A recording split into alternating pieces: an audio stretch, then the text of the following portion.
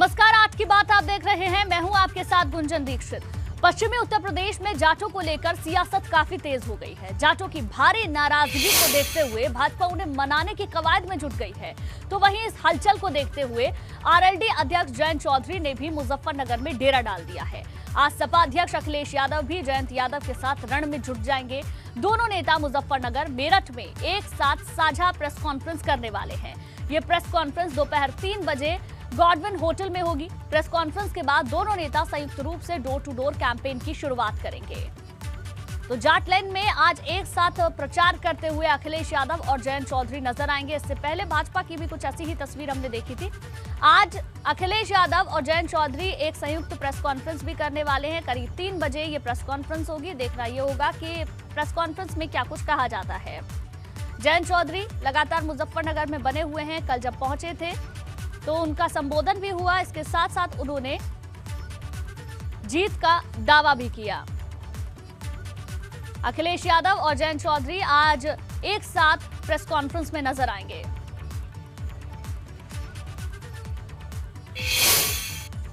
और सनुज शर्मा हमारे संवाददाता ज्यादा जानकारी के साथ मेरठ से हमारे साथ लाइव जुड़ गए हैं। सनुज, जाटलैंड में लगातार कई बड़े दिग्गज नेता हुंकार भर रहे हैं और आज अखिलेश और जयंत चौधरी एक साथ नजर आएंगे, क्या जानकारी? देखिए, बताना चाहूंगा कि अखिलेश यादव और जयंत चौधरी की पहली प्रेस कॉन्फ्रेंस मुजफ्फरनगर में होने जा रही है। 1 बजे के करीब वो साझा प्रेस कॉन्फ्रेंस करेंगे और उसके बाद मेरठ में 3 बजे भी उनकी दोनों की साझा प्रेस कॉन्फ्रेंस रखी गई है। चूंकि आप देख रहे हैं कि 10 फरवरी को पहले चरण का मतदान होगा और ऐसे में तमाम नेताओं ने पूरे पश्चिम उत्तर प्रदेश में ताकत झोंक दी है। 11 जिलों की 58 विधानसभा सीटों पर पहले फेज में वोट होगा, इसलिए सभी पूरी ताकत इसलिए पश्चिम उत्तर प्रदेश में झोंक रहे हैं ताकि यहां से जिस भी पार्टी का माहौल बनेगा उसकी जो हवा है वो पूरे यूपी में सुनाई देगी। ये बात किसी से छिपी नहीं है कि जो किसान आंदोलन चल रहा था, जो किसान लगातार दिल्ली में डेरा डाले हुए थे 3 कृषि कानूनों के खिलाफ, उसके बाद कहीं ना कहीं जाटों में नाराजगी जरूर है और उस नाराजगी को खत्म करने के लिए बीजेपी के स्तर से तमाम कोशिशें, तमाम प्रयास किए जा रहे हैं और इसी को लेकर बीजेपी के तमाम दिग्गजों ने, जिसको जाटलैंड पश्चिम उत्तर प्रदेश को कहा जाता है, पूरे जाटलैंड में डेरा डाला हुआ है। जाटों को मनाने की कोशिश की जा रही है।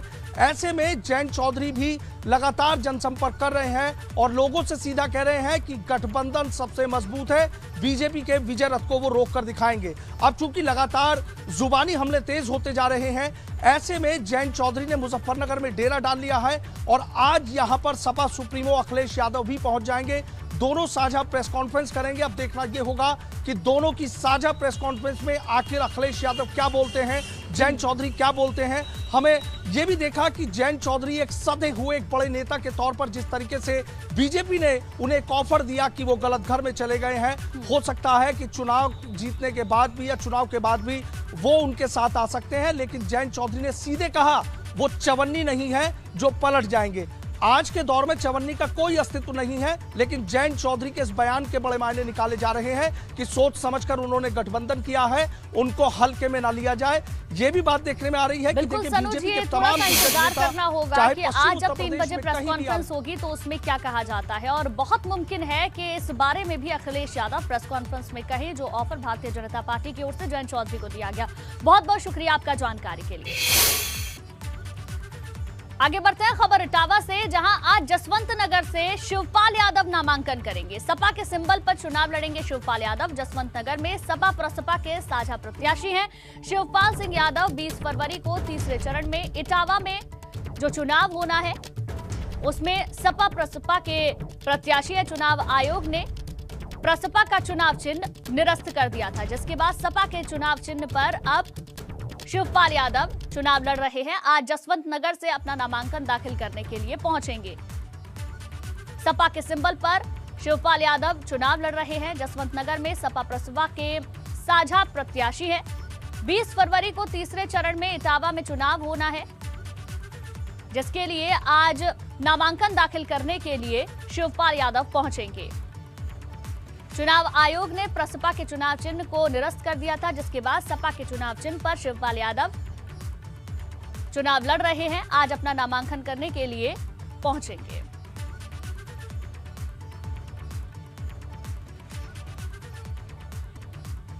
पहले चरण में पश्चिमी उत्तर प्रदेश के कई जिलों में चुनाव होना है, जिसके लिए बीजेपी ने पूरी ताकत झोंक दी है। लगातार तीसरे दिन पश्चिमी उत्तर प्रदेश के जिलों में भाजपा के दिग्गज नेता नजर आए। आज मेरठ और हापुड़ में योगी आदित्यनाथ प्रचार करेंगे। भाजपा अध्यक्ष जेपी नड्डा आज शाहजहांपुर और बरेली में होंगे। डिप्टी सीएम केशव प्रसाद मौर्य आगरा में आज चुनाव प्रचार करेंगे। डिप्टी सीएम दिनेश शर्मा आज मुरादाबाद में कैंपेन करेंगे। इसके अलावा भाजपा प्रदेश अध्यक्ष स्वतंत्र देव आज गाजियाबाद पहुंचेंगे।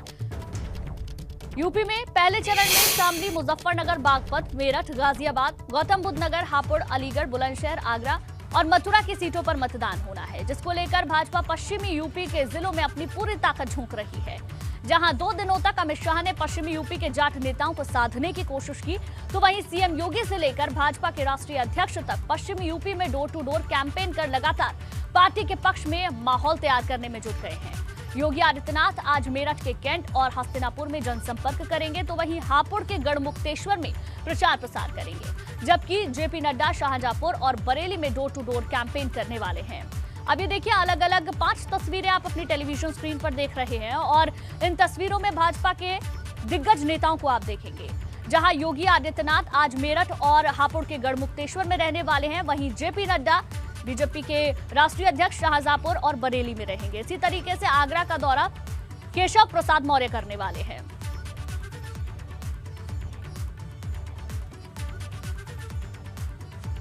तो भाजपा के 5 बड़े नेता लगातार दौरे कर रहे हैं। पश्चिम विजय का पांडव प्लान क्या है, ये जरा समझिए।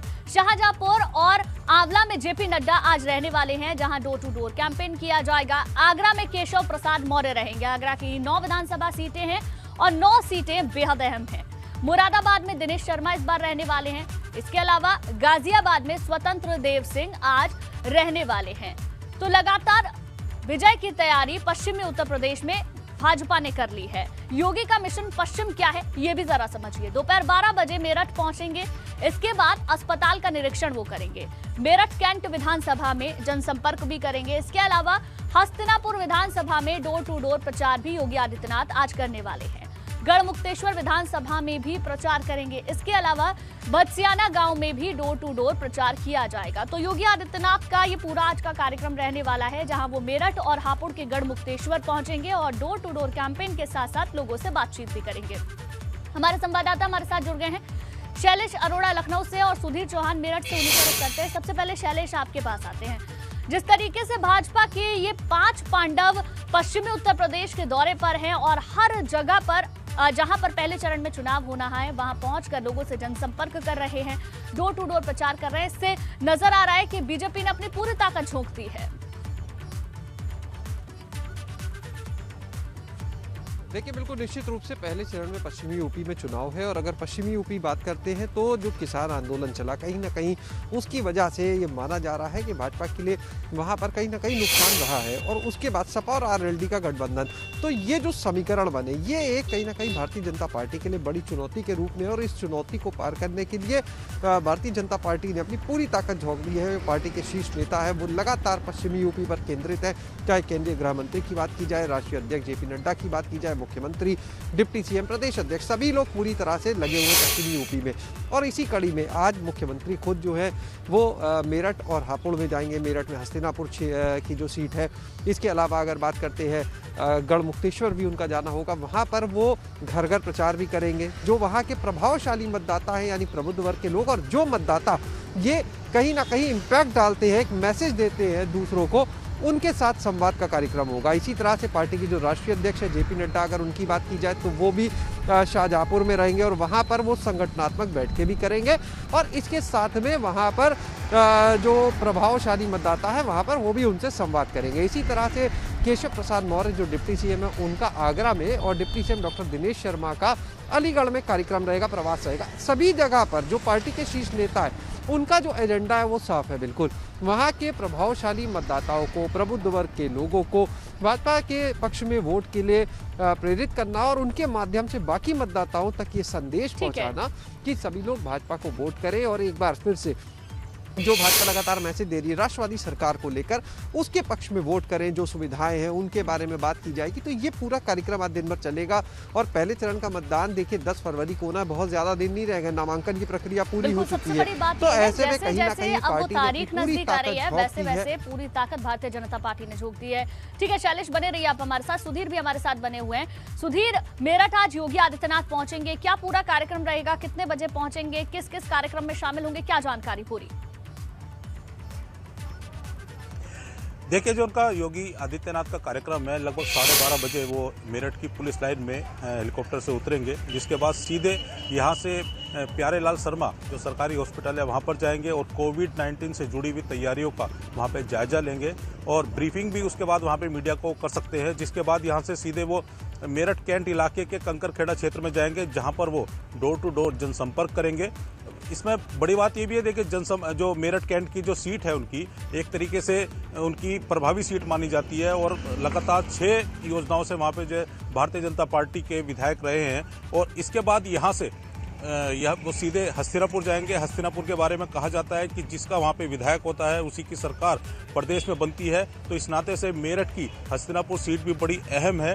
तो हस्तिनापुर जाकर भी वो एक छोटा जो संवाददाता जो मतदाता हैं उनके साथ संवाद करेंगे और वहाँ पर भी वो कैंपेनिंग करेंगे, डोर टू डोर वहाँ पर मतदाताओं से संपर्क करेंगे। जिसके बाद वहाँ से वो सीधे यहाँ से हापुड़ के लिए प्रस्थान करेंगे और हापुड़ के बाद गढ़मुक्तेश्वर में भी वो उनका यही चुनावी कार्यक्रम रहेगा। जी ठीक है सुधीर, बहुत बहुत शुक्रिया आपका जानकारी के लिए। शैलेश, आपका भी बहुत बहुत शुक्रिया तमाम जानकारी के लिए। तो यूपी में होने वाले चुनाव के लिए आज से नेता को चुनाव प्रचार की छूट भी मिल जाएगी। ये छूट पहले चरण के प्रत्याशियों के प्रचार के लिए होगी, जिसमें अब नेता 500 लोगों की जनसभा खुले मैदान में कर सकेंगे। तो वहीं दूसरे चरण के प्रचार के लिए 1 फरवरी से खुले मैदान में 500 लोगों की जनसभा और रोड शो करने की छूट होगी। आपको बता दें, पिछले दिनों चुनाव प्रचार के तहत डोर टू डोर कैंपेन में छूट देते हुए चुनाव आयोग ने 10 लोगों के शामिल होने की अनुमति दी थी। इससे पहले कोविड प्रोटोकॉल के तहत सिर्फ 5 लोगों के ही डोर टू डोर कैंपेन में शामिल होने की इजाजत थी। इसके अलावा चुनाव आयोग ने 31 जनवरी तक के लिए फिजिकल रैली और रोड शो पर रोक लगाई थी। लेकिन कल से पहले चरण के लिए यानी कि आज से 500 लोगों की जनसभा करने की छूट रहने वाली है। तो आज से नेताओं को चुनाव प्रचार करने की छूट मिल गई है। पहले चरण में जहां पर चुनाव होने हैं वहां के प्रत्याशी और नेता अब जनसभा कर सकेंगे, लेकिन उस जनसभा में सिर्फ 500 लोग ही शामिल हो सकेंगे।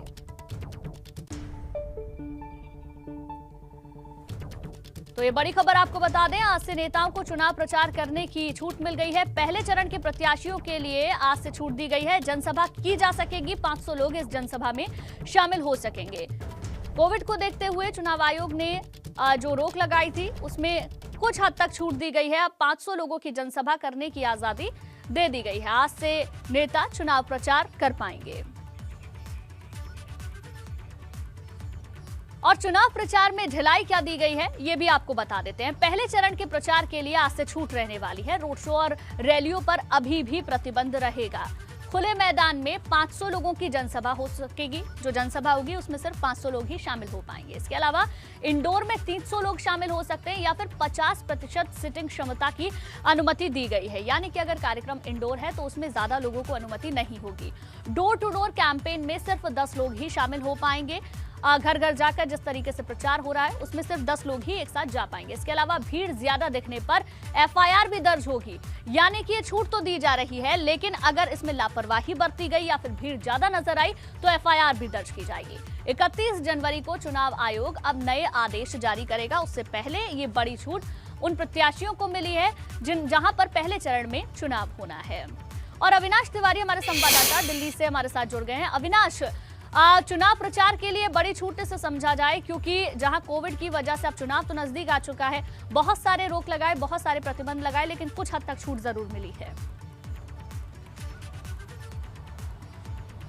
जी बिल्कुल, अगर बात करें जिस तरीके से कोरोना के केसेस में लगातार अब गिरावट देखने को मिल रही है और जो संक्रमण है उसकी वजह से लोगों को ज़्यादा दिक्कतें नहीं हो रही। इसके बाद से कई सारी राज्य सरकारें भी जहां छूट देने लगी हैं, वहीं चुनाव आयोग ने भी छूट दे दी है। कहा है कि आज से 500 लोग खुले में भी जनसभा कर सकते हैं, रैली कर सकते हैं। और ये सिर्फ पहले फेज़ में जहां मतदान होना है वहीं के लिए जो प्रत्याशी हैं वही ये कर सकते हैं, क्योंकि पहले फेज़ का मतदान 10 फरवरी को होना है और उसके लिए प्रचार 8 फरवरी तक कर सकते हैं। लिहाजा आज से चुनाव आयोग ने ये छूट दे दी है। जो तमाम प्रत्याशी, खासतौर से पश्चिमी उत्तर प्रदेश की अगर बात करें तो 11 जिलों की 58 सीटों के जो प्रत्याशी हैं वो प्रत्याशी अब 500 लोगों तक की जनसभा खुले मैदान में कर सकेंगे, खुली जगह पर कर सकेंगे। इसको लेकर के चुनाव आयोग ने छूट दे दी है। वहीं अगर बात करें तो आगे के असेसमेंट के लिए चुनाव आयोग 31 जनवरी को एक बार फिर से तमाम सारे अधिकारियों के साथ बैठक करेगा। इसमें स्वास्थ्य मंत्रालय के भी तमाम सारे अधिकारी रहेंगे। उनसे फिर वर्तमान में जो कोविड के हालात हैं और उनसे संक्रमण की वजह से किस तरीके से लोग बीमार पड़ रहे हैं, किस तरीके से लोग अस्पताल में भर्ती हो रहे हैं, इन तमाम सारी सिचुएशन को रिव्यू करने के बाद 31 जनवरी को और ज़्यादा छूट देने की संभावना है, क्योंकि चुनाव आयोग लगातार हर हफ्ते जो भी जहाँ चुनाव है वहाँ के राज्यों का असेसमेंट कर रहा है और उसके बाद छूट दे रहा है। उसी कड़ी में अगर बात करें तो पिछले हफ्ते जब उसने असेसमेंट किया था तो आज से ये छूट देने का निर्णय किया था,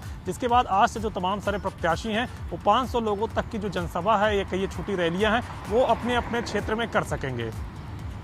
चलिए ठीक है अविनाश, बहुत बहुत शुक्रिया आपका जानकारी देने के लिए। सरकारी नौकरियों में SC/ST के प्रमोशन के मामले में आरक्षण पर आज सुप्रीम कोर्ट फैसला सुनाएगा। 26 अक्टूबर को सुप्रीम कोर्ट ने फैसले को सुरक्षित रख लिया था। केंद्र सरकार और राज्य सरकार ने याचिका दायर की थी और आज सुप्रीम कोर्ट इस पर फैसला सुनाएगा। तो ये बड़ी खबर आपको बता दें, सरकारी नौकरियों में SC/ST आरक्षण के मुद्दे पर सुप्रीम कोर्ट से आज फैसला आना है। ये फैसला 26 अक्टूबर को ही सुरक्षित रख लिया गया था। केंद्र सरकार और राज्य सरकार ने इसको लेकर याचिका दायर की थी, जिस पर आज सुप्रीम कोर्ट की ओर से फैसला आएगा। अनुसूचित जाति, अनुसूचित जनजाति के प्रमोशन का मुद्दा काफी उठा था। SC/ST को समूह A की नौकरी में सही से प्रमोशन नहीं मिल पा रहा था, जिसको लेकर आज सुप्रीम कोर्ट फैसला सुनाएगा। 26 अक्टूबर को सुप्रीम कोर्ट ने फैसले को सुरक्षित रख लिया था, जिसके बाद आज इस पूरे मामले पर सुनवाई होगी। राम मंदिर के निर्माण कार्य का तीसरा चरण शुरू हो चुका है। तीसरे चरण में चबूतरे का निर्माण किया जा रहा है। कार्य योजना के अनुसार काम आगे बढ़ रहा है। 2023 दिसंबर तक मंदिर निर्माण पूरा होने की उम्मीद है। राम मंदिर ट्रस्ट ने निर्माण कार्य की जानकारी दी है। तो आपको बता दें, तीसरे चरण में चबूतरे का निर्माण किया जा रहा है। राम मंदिर के निर्माण कार्य का तीसरा चरण शुरू हो चुका है। कार्य योजना के अनुसार लगातार काम आगे बढ़ रहा है। ट्रस्ट ने इसकी जानकारी दी है और 2023 दिसंबर तक मंदिर निर्माण पूरा होने की उम्मीद भी जताई है।